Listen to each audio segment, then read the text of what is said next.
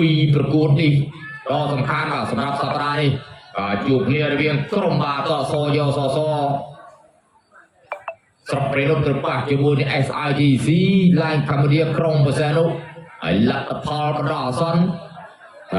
វគ្គទី2នេះគេថានៅតែ2-0កំពុងតែប្រជែងគ្នារវាងក្រុមបាល់ទាត់ទាំងពីរម៉ោងបន្ថែមវគ្គទី2 5 នាទី5 នាទីក៏ជាឱកាសមាសការប្រារបស់សយសស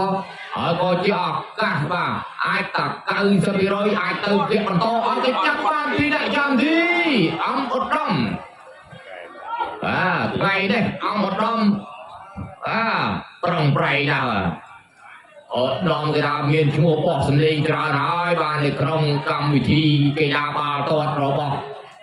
កម្ពុជារបស់យើងដៃស្អិតខ្លាំងណាស់ឧត្តមទីត្រង់វិញអាញារ៉ាក៏មានការខាងអាញារ៉ាលុកខោប៉ៅ